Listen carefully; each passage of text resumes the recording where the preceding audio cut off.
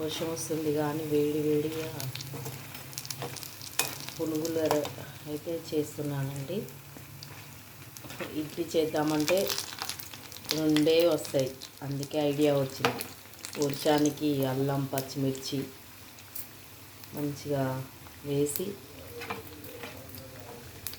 వేడి వేడిగా పునుగులు వేసుకొని టమాటా పచ్చడి అద్దుకొని తింటే టేస్టే వేరు. అన్ని ప్లేట్లో తీసుకొని లైట్గా కారపొడి చల్లుకొని టమాటా పచ్చడి అద్దుకొని తింటే ఆ టేస్టే వేరబ్బా.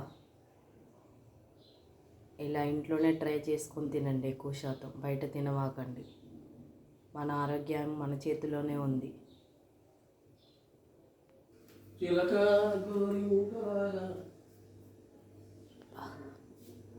చూస్తుంటేనే నోరు ఊరిపోతుంది, ఎంత టేస్ట్గా ఉన్నాయో చూడండి. ఈ వర్షానికి వద్దుకొని తింటే చాలా టేస్టీగా ఉంటుంది.